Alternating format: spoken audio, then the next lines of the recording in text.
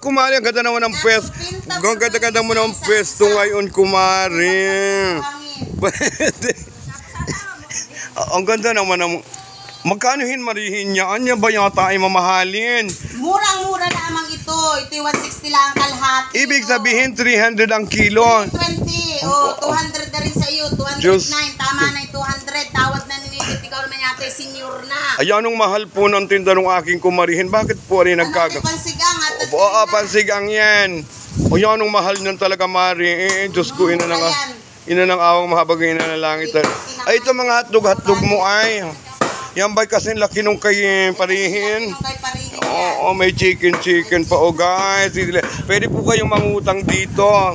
Ayan, mangutang po kayo dyan. Meron din po naman. Uy, ano yan? Pwede, Korea ba yan? From Korea ba yan mga tsinelas na yan? Hoy, yan po yung aking kamag-anak din. Oh.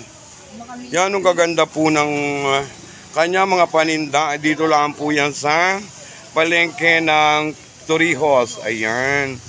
Oh, yung aking kumarihin po ay talagang nagapayaman po totoo. Ay, rin po yung bayad ko ay. Ay, Diyos ko. Oh, di ako may alutuin, guys. Ako'y sinigang mamaya, guys. Oh. Ayan. Dito po ay mura.